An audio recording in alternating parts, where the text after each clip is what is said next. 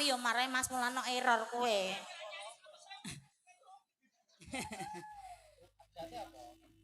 Barat cinta, semangga.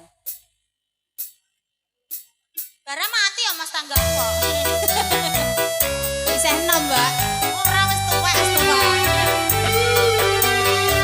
Karena kata sih kudu berhenti ya sayang. Izin. Monggo Ndara. Risna udah matur suwun.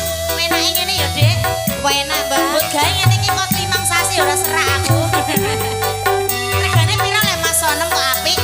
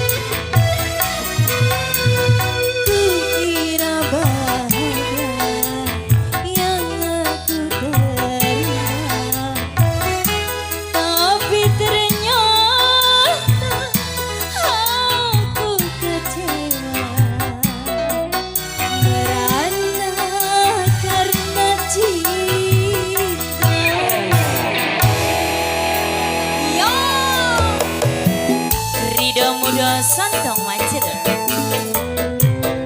kerja bareng Krishna Audio Sound System dan juga rencana. Oke. Spesial buat Papa Solo Audio. Iya, terima kasih Mas Bro. Bahagia selalu ya Bos.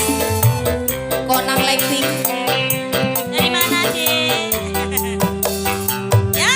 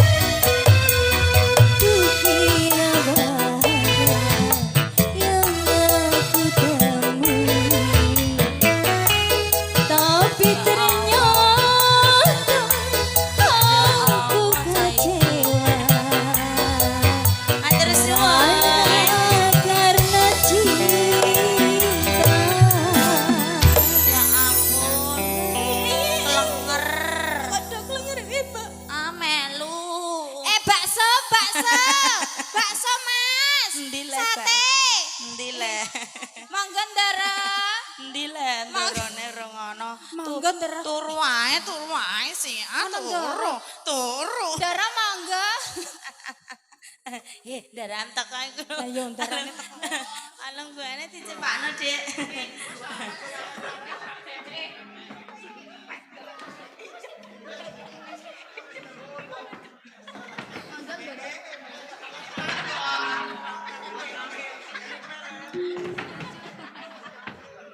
Mangga Dara Putri. Tuh nangis to, Dara. Lho mungkin menapa terus sampean iki dilipur kalian para abdi kok nangis.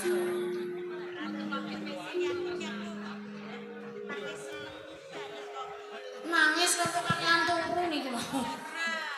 Oh, Reman penggalia dilipur kalian para abdi, Dara. Dos pundi.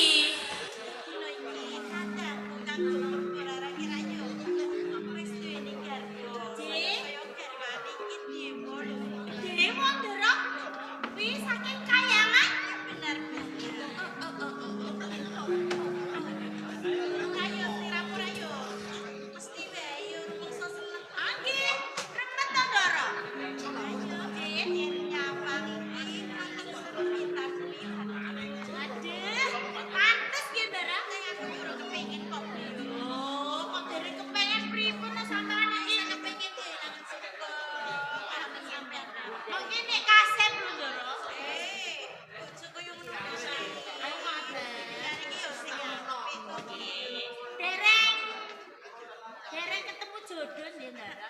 Durung dene titikan priyo injih. Semoga wae dikenake kanggo pengolahan mangga mami. Iki selanjutnya. Nggih, kula kalian perhati dereng.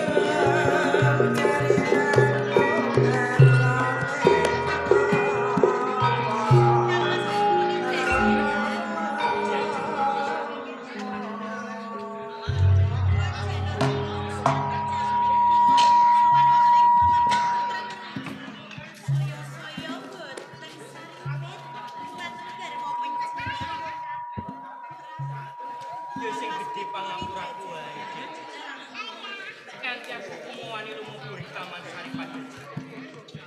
Jalaran ana kali gaten. Sing bak arep tak dakake langsung. Yo siaten, ingkang kemawon jam menika warung mateng kula Mas Jadi ngono sak. Yen to saka panyalang. Sliramu wis pas lan paton kalamun toy mengkudi kawengku salah sawijining apa wektu sliramu wis dipastikan salah sawijining dewa Dapat pisan, iku telesan niku kula derengan gandhe. Priyo kartu kang pas. Iwas beneran jadi Mapan kaleresan, bener kok saged kados. mergo kanggane dina iki ana salah sawijining priya sing duweni rasa tresna lan diajeng Sinten menika pawonganipun Kang Mas Pikulun Indrajaya? ora ana loro priya kuwi aku dhewe diajeng Panjenengan piyambak Kang Mas.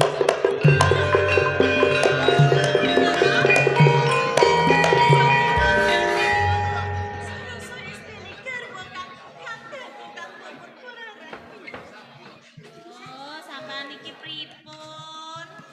Sampeyan kagungan garwa lho sampean lho. kuwi bener Dik. nadyan kau dina iki aku wis duweni garwa diajeng padha ning atiku ora bisa silak lamun aku go duwe tresna kalian proposal Ampun mekaten to ndoro mboten sae niku. bisa ora bisa bakal tak bajutke kelawan proposal Yo ngene to lho, sampean iki ndoro ndoro Jajeng kali Kang Mas proposal. Pikulun Indrajaya. Jenenge nampun beto terus dumateng kula. mergo atiku ora bisa silak nalika sepisanan ana ing pendopo agung kraton Pejajaran aku meruhi pasuryan kadudut rasa tresnaku aku duweni rasa tresna sliramu Gajah Kula menika mboten saged Kang Mas Pikulun Indrajaya. Jeneng menika sampun dados kadang KIP kula Kang Mas Pikulun. aku mengerteni Gajah Gajah nanging legana napa sing dadi praja Mboten panjenengan menika ampun dipun bajutaken Kang Mas. Ampun ndoro aku piye. Sampun sampean iki saged, ndoro saged. Ampun nggih, ampun. saka maneh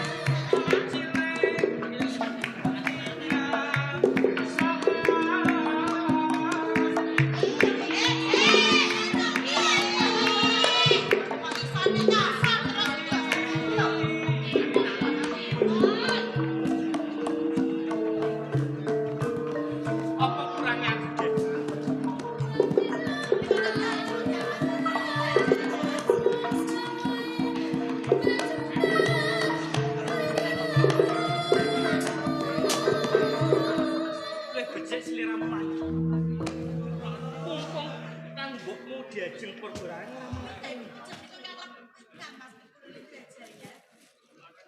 Alisnya nangga.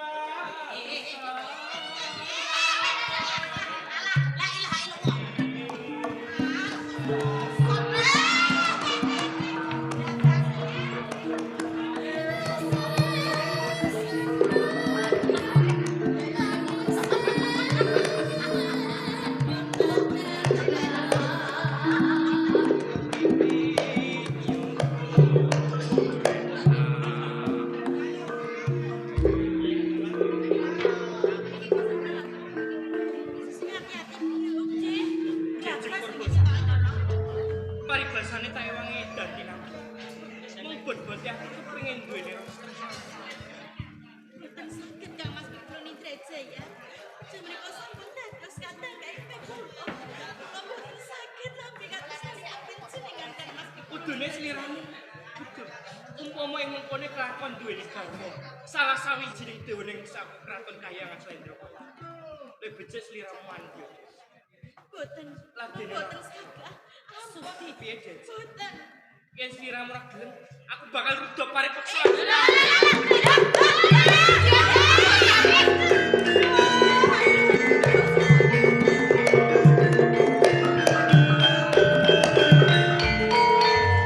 Lagi padha ngopo Diajeng? Mben kemawon kula meniku. Nembe damelang suku. Nggih leres ya, Ro. Gawe lanang suka apa ora bela rasa? Langan suku. Damelang suku kok ndoro Iki rasa nutup-nutupi. Mboten, kula mboten nutup-nutup pinten buka kula niki kula buka sedanten iki. Nek kowe iki sing mbok buka kuwi ora perkara kuwi. Liyane sing mbok buka mesti. Kula sampun insap to, saestu. Ngene iki aku ketularan karo kowe, Sam. Kok koyo-koyo niki nempel. Diajeng Mbok kok ora. Kang Mbok kuwi ora nyileh talinganing liyan. Kang Mbok uga ora nyileh mripating liyan. Kuwi mau sapa? Kadang kae kula Kang Mas Pikulu Nindrajaya Kang. Nganti Kang Mas Pikulu Nindrajaya wani mlebu ning Taman Sari, kuwi mesti kok ampirke. Ya apa ora Diajeng? Sinet-sinet kurang ben saiki meniku. Aku ora percaya karo kuwi. Mboten. Saestu lho, hampir piyambak kok Kang. Mampir dhewe apa kok ampirke Diajeng? Hampir piyambak. Mampir dhewe apa kok ampirke? Hampir piyambak. Kurang ajar.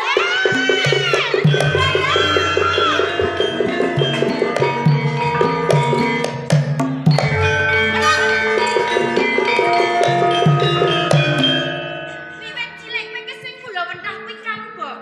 Lho, apa kowe meri dupe saiki Kang Mbok wis disengkake minangka garwane Kang Mas Pikulu Nindrajaya?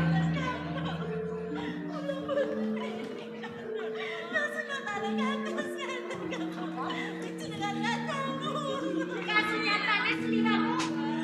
Apa Kang Mbok kudu percaya kelawan kowe Diajeng? Menang! Diajeng Purbasari. Yen kaya ngono anggone Kang Mbok kula wetah lawan kowe. Kuwi tanpa guna Diajeng. Malah keparo saiki kowe kepengin rebut kelawan garwane Kang Mbok. Kurang ajar. Apa kowe menang? Menang! Surak lambemu. Iki, tumindake kadang wis lancar kaya ngono arep tak tutup-tutupi. Kowe belani kelawan kadang. Menang! Skor mangsamu aku ora ngerti dhewe apa piye. Hah? Dhewene gondok lawan garwanku. Apa pengen ditresnani kelawan Kang Mas Pikulu Nindrajaya? Apa pengen duweni garwa kaya Kang Mas Pikulu Nindrajaya? Kurang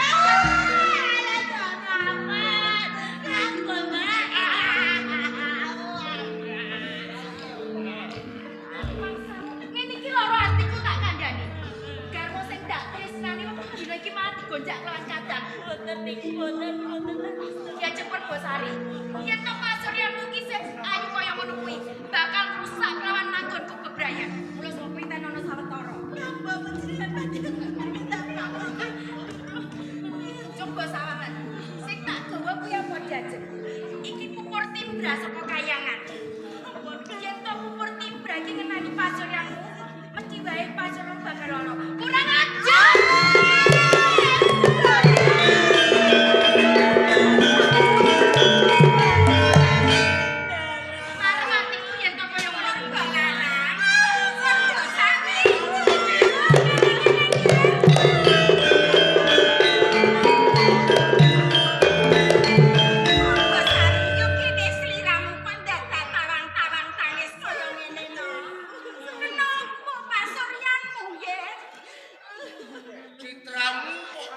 rusak kaya ngono. Iki mau kenapa yen tarik bola? Mereka kini pusaka saking kadewatan pupur timbra Romo. Pupur tibras. Lho iki ra ora ana tambane ora bisa diusahakan. Kados niki menika Raman. Lah kok nganti kena pupur tibras ki larah-larahe kepriye nggih? Anak istri manang kula Romo. Diajeng pun bersari menika maning gonjak lawan garwa kula Kang Mas Pikulo Nendra Jaya dipun amperaken wonten ing Taman Pustren. Bedang Pikulo Nendra Jaya.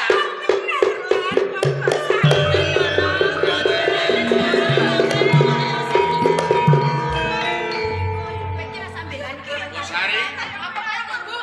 Lebu. Mboten leres niku mboten. Nentang lebonan. Apa ngono kuwi ulang-ulangane wulan ya? Mboten kula pun insap Doro. Saestu Wulan. Nek pancen kowe iki ngerti mau ra yo dipenggak. Sampun kok Doro putri menika Aku lho wis kuwatir lho. Lho Wulan iki malah marah-marah sing ngono. Ala sampeyan yo melok ngono kok. Ya hop yo. Iki nek wulan suwe-suwe ning gone pejajaran rusak kabeh. Mboten Doro. Minggat kowe sarine sisan. Kon ngomong bocah ora becus. Kok nganti ana bedang-bedangan Yo dalan. nek kowe tegelan mentolo karo kadam Purbosari. Ini. Apa kalau kita dipun Ora usah dialep kene. Esok. Purbosari. anak kula Romo. Jagat iki digelar rombo nggih. Ora mung sak godhong kelon. Kakung ki akeh. Satriya priya. Akeh ora mung siji, ora mung Pikulo Nendra Jaya. Ning yo kene tumindak munggasro ora patut putrane Sis.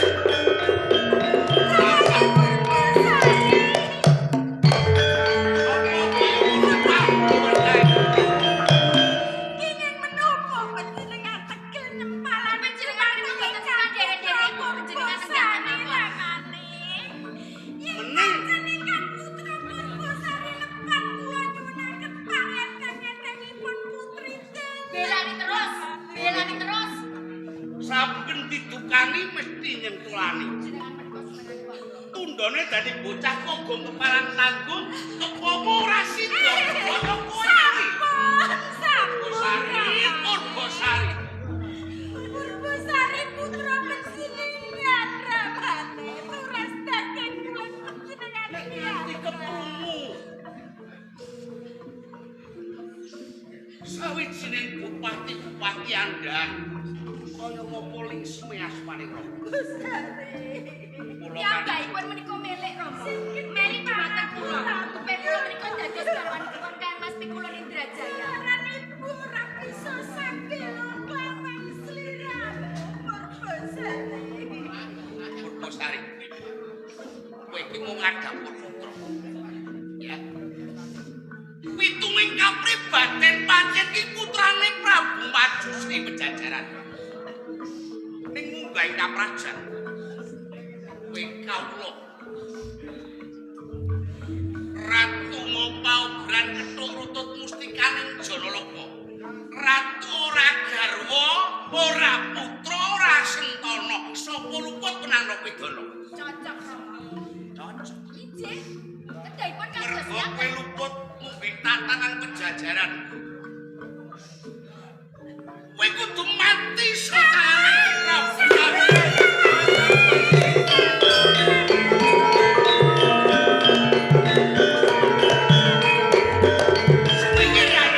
Wirin, Tak perjayani.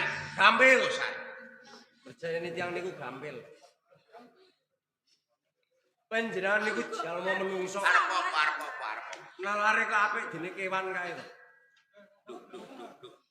Ingsun ki ratu lho. Lha nggih, kula ngertos. Menawi palenggahan panjenengan menika ratu wonten ing Pejajaran. Kula ngertos. Sliramu ndakwa yen pun kakang pindhaning satu kewan. Nalare sampean niku apik kewan niku. Lho. Lah kok bisa ya? Saged kemawon. Sagala-galae macan niku ora tega. lan mentala mangsa gogore dhewe di anake dhewe. Lah sampeyan niku dialmo menungso glegere. Lha kok tega lan mentala badhe mejahi kalih Purbasari. Niki napane jenengan? Perkara kuwi. Oh, nggih mawon. Mbok menawa siramu urung pirsa kedadian jroning taman Lah, sari. perkawisipun menapa ngantos panjenengan menika tega kalih ingkang putra pun Purbasari. Coba dipenggalih Nggih. Jayawapati. Kene apa Purbasari wektu dina iki wani ngampirke pikulun Indrajaya kapara kepengin bedang Mengkirin. pikulun Indrajaya. Ngampirake menapa mampir? Diampirke. Kula mboten pitados. Kok nampirke Paman Mahapati? Panjenengan Betari Paija. Napa? Apa kowe ngerti dhewe? Lho, kula mriko kersa piyambak. Yen Indrajaya tumeka ning Taman Sari iki diampirke dening Purbasari. Dipun nampirke Paman. Kabeh iki aku ora percaya. Ya mergo bojomu kuwi duweni rasa tresna kelawan Purbasari. Sekondo sinten? Sing luput ki Purbasari. Boten saged. Mergo pikulun Indrajaya ki dewasa kayangan jungring saloko Salendra Bawana. Dibaten ngono wis krasa ya. Sira Dewa-dewa sing serakah, celutak nggih. Indrajaya nek niku. kualat kaya jambu mentil aja. Kula mboten wedi kualat kalih Indrajaya. Saiki pitungane. Kang Mas Prabu. Siramu wani nyandhek yen pun kakang arep merjayani lan Nggih. Purbasari. Dasarmu Kula menika saka guru wonten ing Pejajaran. Monggo kula aturi mengo. Saben wonten payu-payu ingkang tumempuh wonten ing Pejajaran. Ya. Sinten ing dados cucuke ngajurit. Boten sanes namung kula Mahapati. oh kuwi to. Nggih mawon. Senadyan to siramu saka guru Pejajaran. Ning merga Purbasari luput tumrap ratu. Wenang topi dono tak bacot tak perjayani Purbasari. Kula ingkang boten nrimaken. Nek kowe ora trima arep apa Yai? Kula nyantun dari sampean. sampun makir-makir Paman.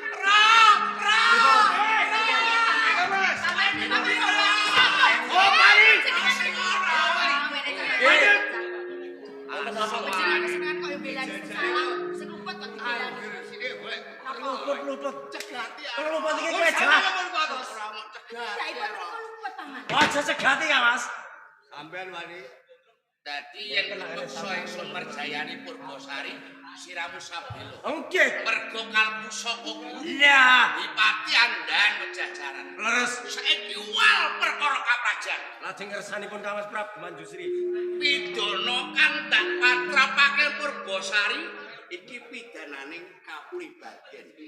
Kula warga merga Purbasari iki putraku, anakku. Arep tak ulek. Arep tak sambel wong anak-anakku dhewe. Menika leres sapa sing arep belani? Ora ono. Ingkang badhe mbelani mboten sanes namung kula Mahapati. Lah kok sabelo dasare apa? Dasaripun kula menika kadangipun sinten Kang Mas?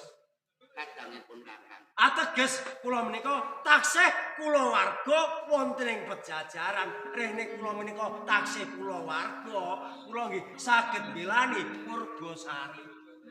Nek kepeksa dak perjayani, Kula ingin mboten nrimaken. kowe arep apa ya? Ampun, sarai mawon. Nggih. Ora ngerti ngajeni kalang. Kula ngajeni sampean. Doi jibrat. Mboten. Ngidoni. Aku ora niku jenengan kecuwi, jenengan idoni kula kelep. Ampun. Mboten. Yai Bupati Pripun? kurang akal yen maju sih. Mergo lupute Purbasari ora kelawan maju sih. Ning dheweke ngampirke pikulun Indrajaya. Mongko garwane Sang Betari. Paija. Betari Purbararang. Perkara pidanane Purbasari dak pasrahke Betari Purbalarang ya. Pengirin, ingin dunung ratu wonten Pejajaran niku sinten? Ayo ingsun. Lah nek ingin menapa?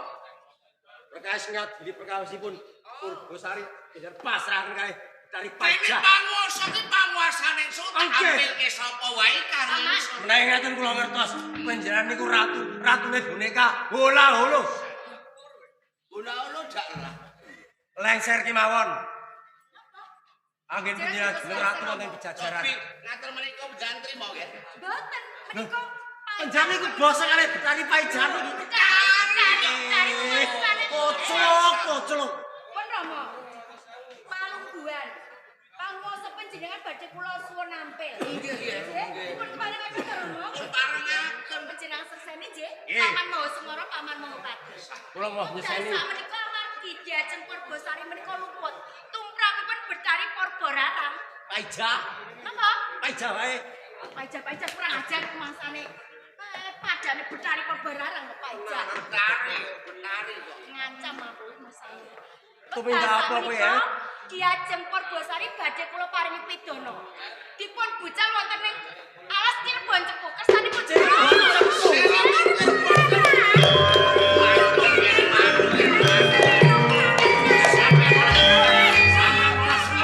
Asmane.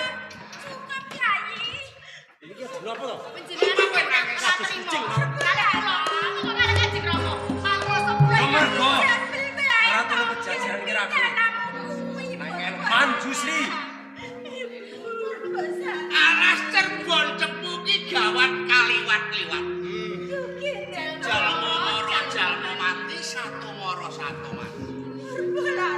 Lagi sak pencak ngancikake sikilmu ing Cirebon. Mongso kewan karma. Pun kersanipun boten saged tangisi. Manjusri. Sampeyan niku nggih tega. Kali Purbasari. Nek ora tega Alas ngopo Cirebon. ya? Wong kosam ndap. Nggih, terima kasih, Abang. Gelis. Dara putih. Enek. Iya, nggih. Purbasari Purbasari.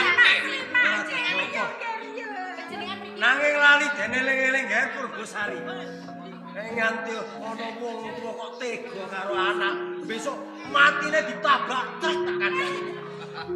ora mandi. Sing abdo mandi ki Betari Porborarang. Iku nek malah ra mandi dah, jak paija.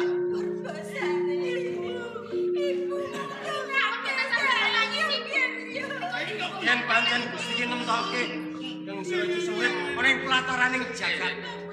Senajan kang sira cumondhok ana ing alas Cirebon Cepu ing kono bakal ana pawon kang sabyantu kelawan kowe Nger Purbasari.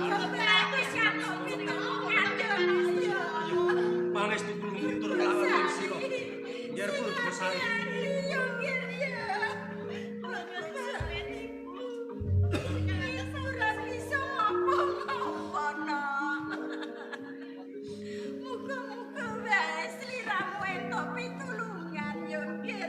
Nangis terus, nangis terus.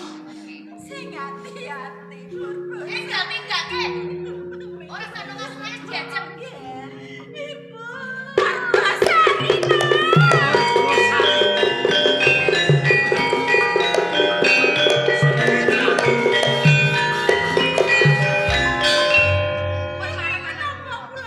Awong siramu ya syukur wae.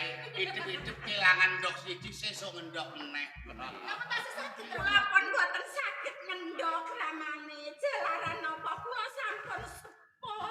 Ngertos mboten jenengan niku. Ketoke kemromyos. Kok kaya tape kemawon lho Rama. Sampeyan ana wong kemerom Ora usah sesuk. dipikir rasa Jek dipenggali. wae. Perkara Purbasari. Pun rasa minggat. Napa? Bos ngoro yai kan sira. Pripun? Wis sira. Ngeranti kundure Pikula Nendrajaya, ingsun bakal nganakake Kembul Bujana Andrawina ning urung rampung lho ya. Kembul Bujana Kahardian Rama Pak. Bandul keramaian. Suwene 40 dina 40 bengi. Yen bisa meragat kewan sak aki-aki, kira-kira nyumbang apa, Tru? Pragatan niku to. Jata. Kula ni mboten ketang elek-elek nggih klebu pan napa warangka wonten keraton Pejajaran. Kula nyumbang nggih upami sak erak mboten pantes. Ora apa-apa. Lho pripun? Kira-kira nyumbang apa? Kula badhe nyumbang kebo Piro caca? kalih mawon. Paman, Pripun? panjenengan niku walaupun dalem sugih. Panjenengan niku kok biasa wis wangun to. Rantai pejajaran. Mencari main jalur iki ora entek muga demut to. Lek lemu to. Nggih lemu to. Iya, sing lemu cocok. Nah iki mos Lho, Kang Mas. nyumbang apa?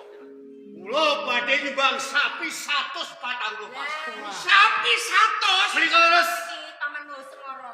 Iku gambaran tak kira. Mangan sinten? Kau oleh pejajaran iku mak ewon-ewon. Yen aku ora nyumbang sapi akeh 144 ora rata. Sampeyan kliru. Santai kok nyumbang loro kelimen. Kawula wonten pejajaran iki boten doyan sapi. Iki aja ngono. Lho wedhus mawon sakniki boten Doyane iki Pak Matur Celeng. nuwun Yayi Mas. Atus mekaten, Kang Mas. Wis lega penggari. Atus mekaten. Yayi Mopati. Pripun? Nggih lho, Dara Putih nyumbang kebo loro, maesa loro. Kang Mas Mosengoro. Yayi Mosengoro sapi 100. Nyumbang apa sih? Kula nyumbang sak truk. Napa nih Paman? Sak truk to. Nggih. Kuwi iki apa sing kok sumbang? Tawon ndas. Panjenengan kok sembrono. Tawon ndas kok disumbang. Lho nggih. Jenengan Nggih sembrono. toke ngentuki irune sampean sing amblek niku kersane rada mancung. Irunge jenengan kan ngentupi ramane. Mboten napa-napa Rama. Ate kok jelaske kok cetake. Rumangsamu wis ora usah digawe. Perkara Mahapati katrem ya karepe, kerasan ya karepe, ora kerasan ya Tanpa guna kula cumandha wonten pejajaran awit panjenengan niku mban cindhe mban cilatan. Becari pajak jenengan mban cindhe, masa wangsulipun Purbosari jenengan mban siladan. Kula sucik nyawang pasuryan panjenengan ingkang kala tanpa rukup kados dene kethek.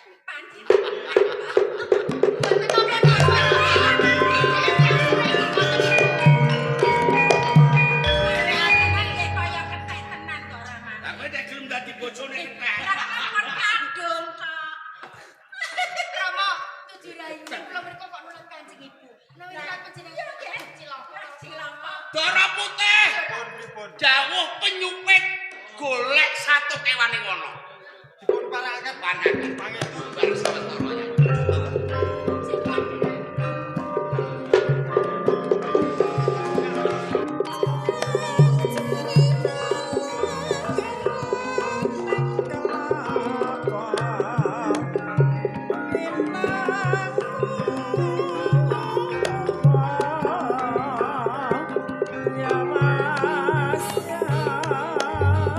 Mas, winangku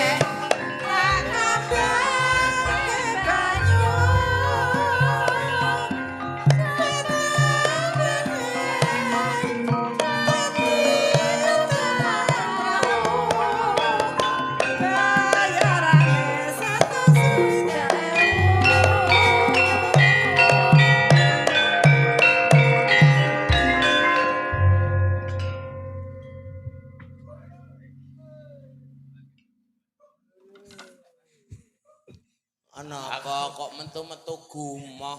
Kok gumoh piye? Aku guyu.